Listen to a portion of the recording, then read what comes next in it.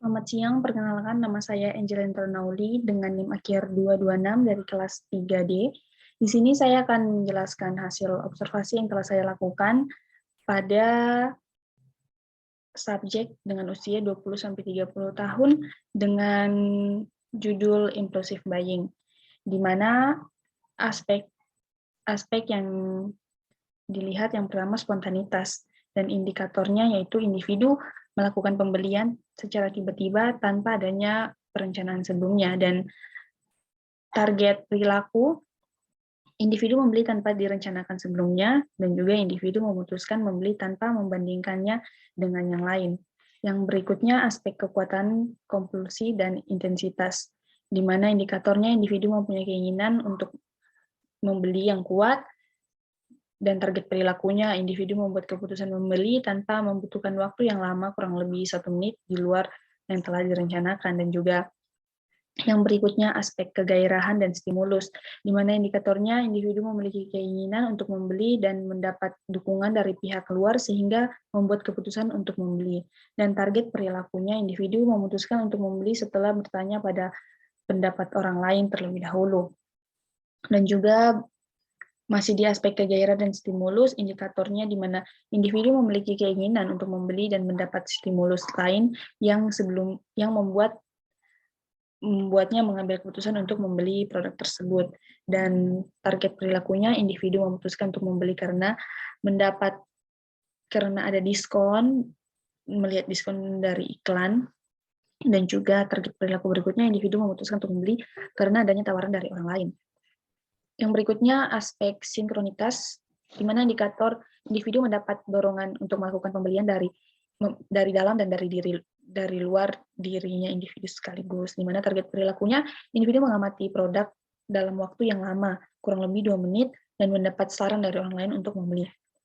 Berikutnya ada aspek animasi produk, di mana indikatornya individu mengingat pengalaman dalam menggunakan produk tersebut, dan target perilakunya individu sudah pernah membeli barang tersebut dan ingin membelinya kembali. Dan juga masih di aspek animasi produk, di mana indikatornya individu membayangkan penggunaan produk meskipun belum pernah memiliki pengalaman dalam membelinya. Dan target perilakunya individu membaca keterangan produk kemudian memutuskan untuk membeli. Pada aspek berikutnya ada aspek kepuasan, di mana indikatornya individu merasa puas setelah memutuskan untuk membeli produk tersebut. Dan target perilakunya, individu menunjukkan ekspresi senang setelah memutuskan untuk membeli produk tersebut. Selanjutnya ada aspek pertentangan kontrol diri dan kesenangan, di mana indikatornya individu mengalami pertentangan batin untuk membeli dalam rangka memenuhi kepuasan diri atau tidak membeli sebagai bentuk pengendalian diri, di mana target perilakunya individu bolak-balik ke depan produk kurang lebih 2 menit sebelum memutuskan untuk membeli, dan juga individu mengambil barang kemudian diletakkan dan mengambil kembali sebelum memutuskan untuk membeli. Dan juga target perilaku yang ditunjukkan, individu diam di depan produk dalam waktu kurang lebih 2 menit sambil memegang barang tersebut, ataupun tidak sebelum memutuskan untuk memegang barang tersebut ataupun tidak sebelum memutuskan untuk membeli. Yang berikutnya aspek ketidakpedulian akan akibat, di mana indikatornya individu tidak mempermasalahkan atau mengabaikan dampak negatif yang timbul akibat pembelian. Dan juga target perilakunya individu membeli barang tanpa melihat harganya terlebih dahulu, dan juga individu tidak menghitung pengeluaran yang dilakukan. Tetapi di sini pada observasi yang saya lakukan, ternyata individu sebelum mengambil barang tersebut, individu melihat harganya terlebih dahulu. Tetapi pada observasi kedua yang saya lakukan, individu mengambil barang tersebut tanpa melihat harganya. Dan selesai belanja, individu melakukan penghitungan pengeluaran yang telah dilakukan saat belanja. Jenis observasi yang dilakukan yaitu observasi yang dilakukan secara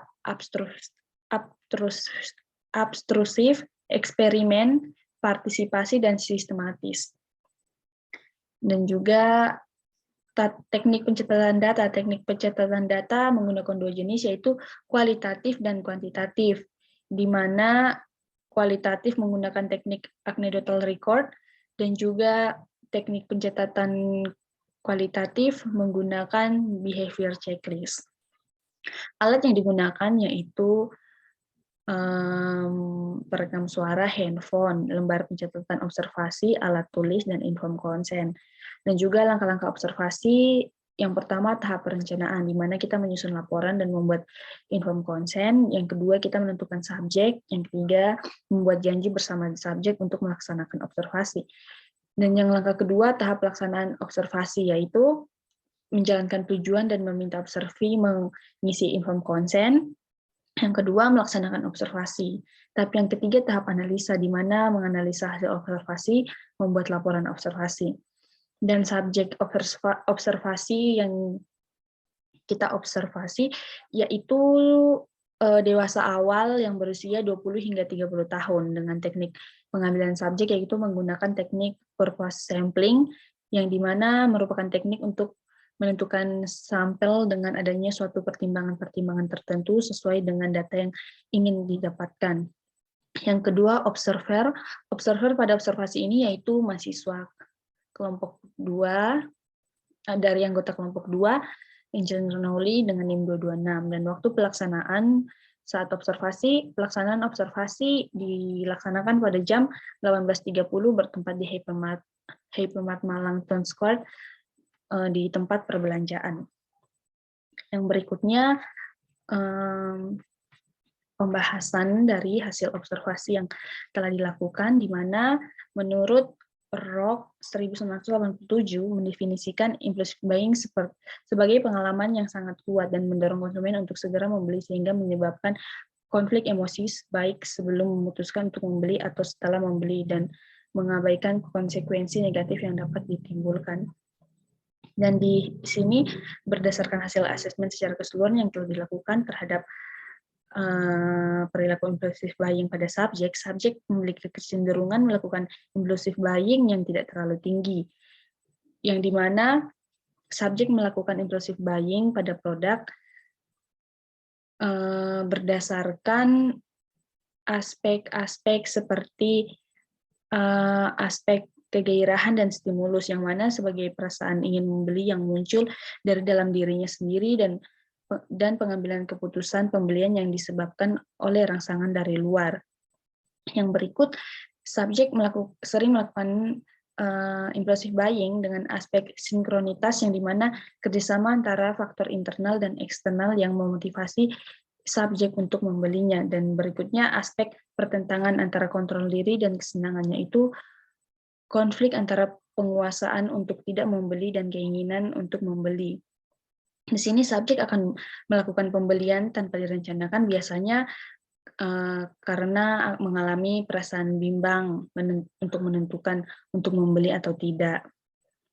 Dan berdasarkan hasil observasi yang telah dilakukan pada subjek, dapat disimpulkan impulsive buying merupakan perilaku yang tidak direncanakan di saat belanja tanpa melakukan pertimbangan, sehingga dapat menimbulkan rasa kecewa. Kadang menimbulkan rasa kecewa setelah melakukan pembelian spontan tersebut. Sekian hasil laporan observasi dari saya. Sekian dan terima kasih.